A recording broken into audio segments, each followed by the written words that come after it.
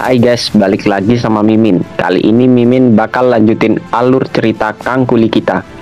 Bagi yang belum nonton part sebelumnya, boleh cek link playlist di deskripsi. Langsung aja ke ceritanya. Part kemarin berakhir, di mana Lloyd dan Xavier yang sedang bersantai, tiba-tiba mereka didatangi oleh gerombolan bangsawan. Salah satu dari kesatria bangsawan itu meminta Lloyd dan pekerjanya untuk meninggalkan lahan yang mereka sudah susah payah kerjakan. Kesatria itu berkata bahwa wilayah ini adalah kekuasaan tuannya. Tanah Mares telah diabaikan selama berabad-abad oleh orang-orang. Memang benar, sebagian dari wilayah Mares ini adalah milik Viskon Lakona. Tentu saja, dia akan keluar untuk mengambil tanah ini yang sudah subur tanpa mengotori tangannya sedikit pun. Lloyd sebenarnya sudah mengetahui hal ini pasti akan terjadi. Lloyd lalu bertanya kepada Viskon Lakona, apakah dia memasuki wilayahnya tanpa izin? Tanya Lloyd, dan dijawab oleh kesatria yang berada di depannya. Tapi Lloyd lalu berkata pada kesatria itu bahwa dia lebih baik diam, karena ini adalah pembicaraan antara bangsawan. Sontak kesatria itu menahan emosinya, sampai uratnya nutupin setengah muka tuh. Lalu dengan gaya yang sopan, Lloyd lalu mengenalkan dirinya pada Viskon Lakona.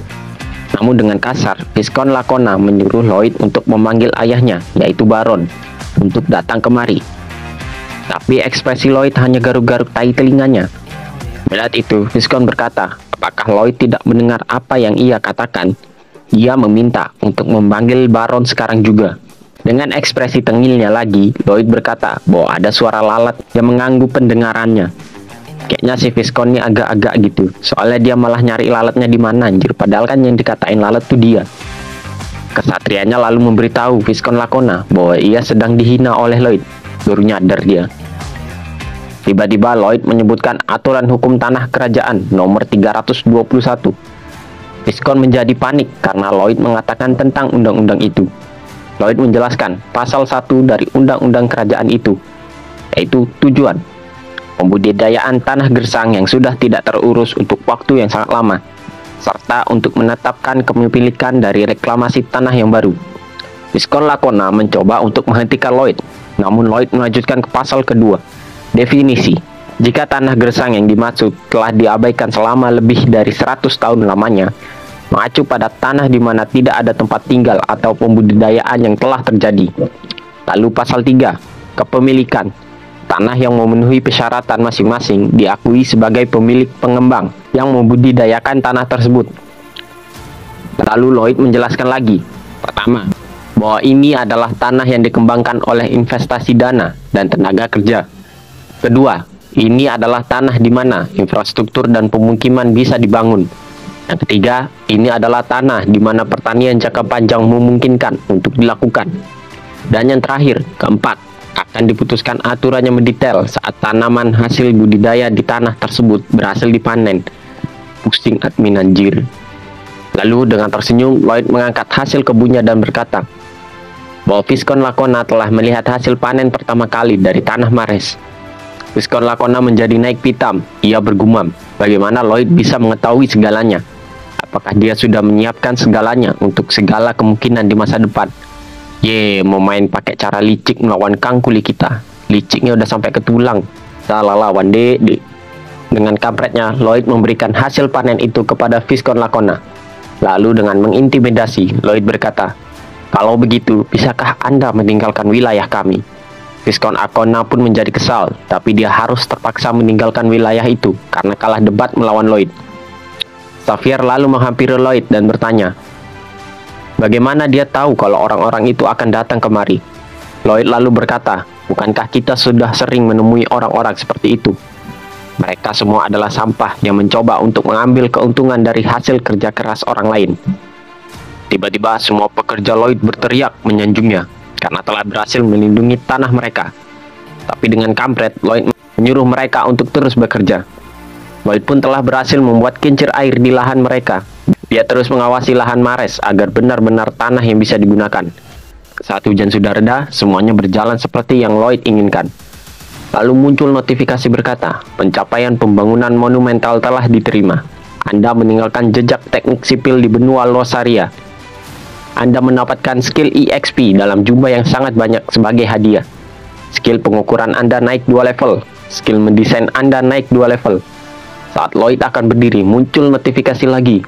Kesan Baron bertambah 5. Kesan baik Baroness bertambah 5. Kesan baik Xavier bertambah 5. Kesan baik Bayern bertambah 5. Bibi, banyak kali hadiahnya, Cok. Senang pasti dia nih. Lloyd lalu berdiri dan tersenyum. Apa kan ku bilang? Dia berkata bahwa sekaranglah untuk berpindah ke rencana selanjutnya.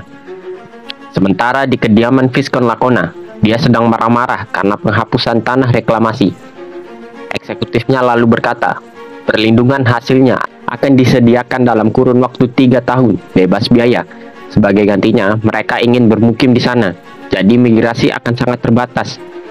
Jadi maksudnya warga di sana akan bercocok tanam selama 2 tahun ke depan. Saat ini, Mares adalah tanah di mana telur emas bisa dirami. Maksudnya, hasil panen Mares setara dengan emas. Memikirkan itu membuat Viscount Lacona menjadi sakit perut. Kenapa sakit perut dia? Biasanya kan sakit kepala ya. Apakah otaknya Pak Tua itu ada di perut?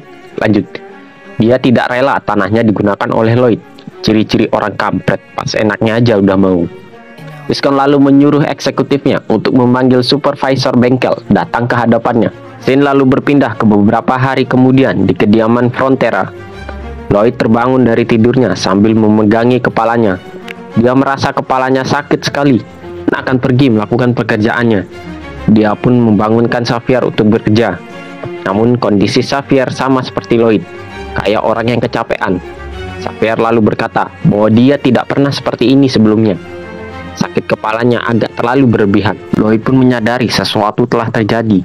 Lloyd lalu berkeliling kota dan bertanya kepada setiap orang. Ternyata bukan hanya Lloyd dan Xavier saja yang merasa pusing. Hampir seluruh penduduk kota juga merasakan hal yang sama. Bahkan sapi juga kena. Lloyd lalu menebak bahwa permasalahannya pasti berada pada air. Lloyd lalu menelaah, mulai dari dia yang mengingat kejadian di novel. Lalu ia mengingat Viscount Lacona pasti akan mencoba sesuatu untuk mengambil alih lahannya. Saat dulu Lloyd melakukan riset tentang Viscount itu, dia ingat bahwa pendapatan utama Lacona Estate adalah perwarnaan pakaian yang menggunakan bahan-bahan misterius dan teknologi yang belum diketahui. Ada rumor yang mengatakan kalau Lacona menggunakan buah radona sebagai bahan perwarna. Setelah mendapatkan titik temu, Lloyd pun menjadi murka dengan perbuatan Viscount tua bangka tersebut. Ternyata memang benar dugaan dari Lloyd. Kesatria yang waktu itu menemui Lloyd di lahan Mares kini bertemu dengan Baron. Baron lalu menanyakan apa yang diinginkan oleh kesatria itu. Tanpa babi bu, kesatria itu berkata bahwa dia meminta Baron untuk memberikan setengah dari tanah Mares dan pihaknya akan berhenti membuang limbah pewarna pakaian lagi. Baron dengan sedikit kesal berkata, apakah kalian sedang mengancam dirinya? Kesatria itu berkata, oh ini hanyalah sebuah peringatan saja. Baron lalu dengan marah berkata, oh dia akan membawa masalah ini ke pengadilan.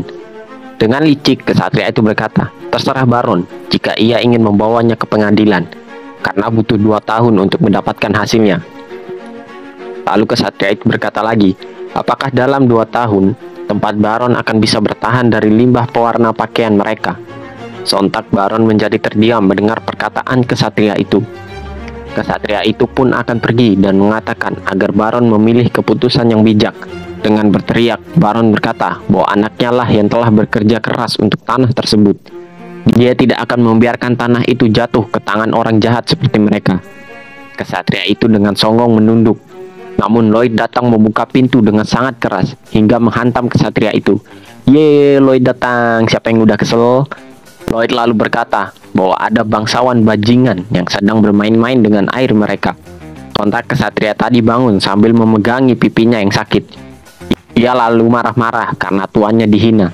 Lloyd sontak terkejut karena dia tidak menyadari keberadaan kesatria itu. Dengan kampretnya, Lloyd mengatai kesatria itu sebagai kutu busuk. Kesatria itu yang emosinya memuncak menantang Lloyd untuk berduel. Dan seperti yang kalian duga, kesatria itu dihajar habis-habisan oleh Lloyd. Seperti Newman dulu. Sampai kesatria itu menangis dan memohon ampun. Seperti biasa, Lloyd berhenti memukulinya. Tapi dia dipukul terus sama Lloyd. Dan tidak seperti sebelumnya, sekarang Baron sangat bersemangat melihat pertarungan Lloyd, hingga membuat Xavier terkejut. Kesatria itu lalu kembali dengan wajah bonyok, dan belum selesai penderitaannya, Dia malah dimaki-maki oleh Viscount Lacona karena pulang dalam keadaan bonyok. Tapi si Lacona itu memiliki rencana. Dia akan membuat ini seperti kasus penyerangan terhadap bangsawan kesatrianya. Lacona berpikir Lloyd akan menerima hukuman setidaknya 3 atau 4 tahun lagi. Namun ternyata Lloyd telah memikirkan hal itu duluan. Lloyd pun mengumpulkan semua pekerjanya dan para orc. Lalu dia memberikan pidato agar mereka melawan orang-orang yang ingin mengambil tanah Mares yang berasal dari kerja keras mereka. Lloyd lalu berseru bahwa mereka akan melakukan serangan balik. Lalu Lloyd mengangkat skopnya sambil membakar semangat yang lain.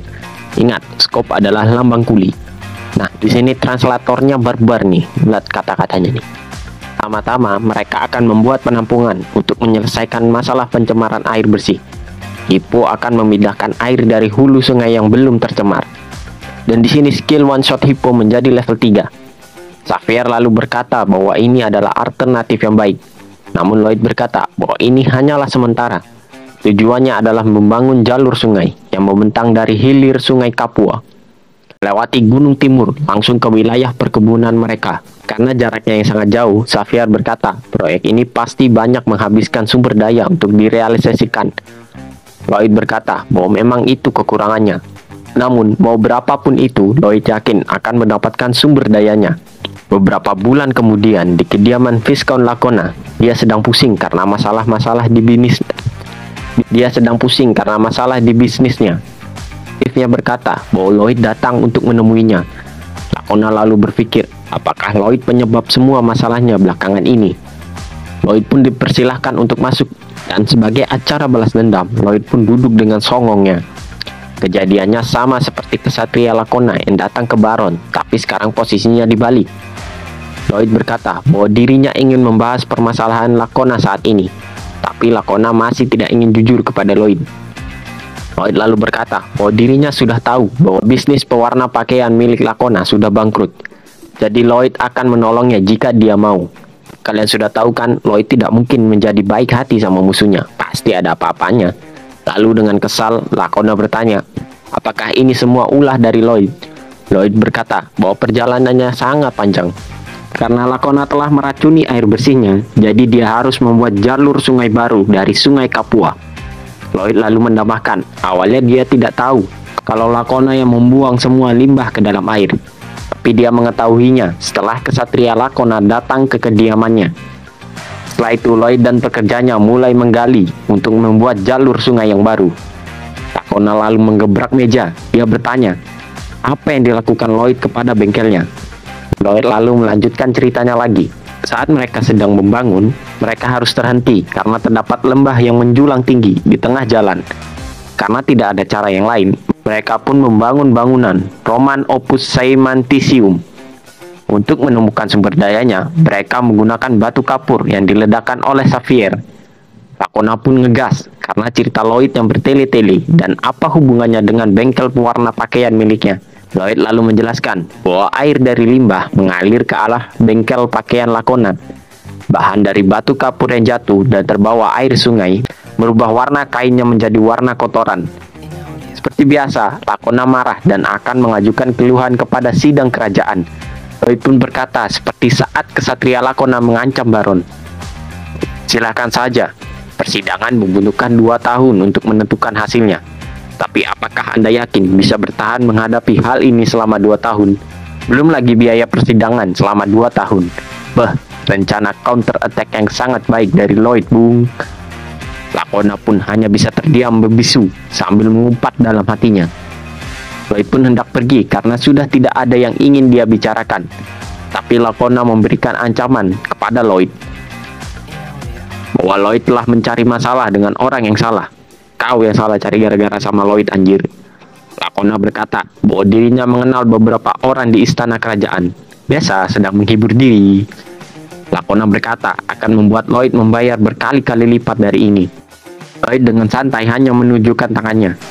Dalam perjalanan pulang, Xavier bertanya, mengapa Lloyd memprovokasi Lacona? Karena menurut Xavier, Lacona memiliki koneksi di ibu kota, dan dia pasti rela menghabiskan seluruh uangnya untuk membuat Lloyd dihukum. Lloyd mengerti dengan perkataan Xavier, namun dia berkata untuk melihat siapa yang akan rugi paling besar. 1 bulan kemudian, di kediaman Lloyd, Ternyata di sana terdapat Lakona yang sedang bersujud di hadapan Lloyd. Dia berkata bahwa Lloyd dapat mengambil bengkel pewarna pakaiannya. Lloyd lalu bertanya pada Lakona, apakah teman kaya dari Lakona berkata bahwa dia tidak akan bisa menang. Lakona terus bersujud dan meminta maaf kepada Lloyd. Hamba ceroboh, sungguh, hamba benar-benar minta maaf. Bau-bau bakal ada budak baru nih, bakal nemenin Tordes. Mohon ampun Tuan, karena hamba sudah membuang harga diri hamba untuk bersujud kepada Anda seperti ini.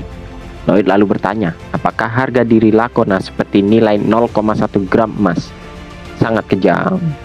Lloyd lalu berkata bahwa dirinya tidak memerlukan permintaan maaf. Lloyd pun mengeluarkan kontrak kematian dari jasnya. Lloyd berkata bahwa Lakona cukup menandatangani kontrak itu dan bengkelnya akan dibangun dalam seminggu. Setelah membaca kontraknya, Lakona berkata bahwa ini terlalu keterlaluan. Harga air selama 1 bulan saja sudah sangat wow. Lalu Lloyd mengeluarkan wajah seramnya. Dia berkata, yang mengajari diriku bahwa air tidak gratis adalah kau bajingan. Lakona pun menjadi ketakutan mendengar perkataan dari Lloyd. Lloyd pun memberikan kontrak yang ditandatangani oleh Lakona kepada Baron. Awalnya Baron terkejut melihat jumlah yang mereka dapatkan. Lloyd lalu menenangkan Baron. Dia berkata bahwa Viscount Lakona adalah orang yang sangat baik. Lloyd berpikir, Viscount lah yang awalnya mencari masalah dengannya, dan hasilnya Lakona kalah. Tapi saat ini di mata orang, Lloyd akan terlihat seperti iblis, karena kontrak itu tidak memiliki tenggat waktu, yang artinya Lakona tidak akan hidup dengan normal layaknya Viscount pada umumnya. Sampai akhir hayatnya, Lloyd akan terus mendapatkan keuntungan dari si keparat Lakona, bahkan setelah dia mati.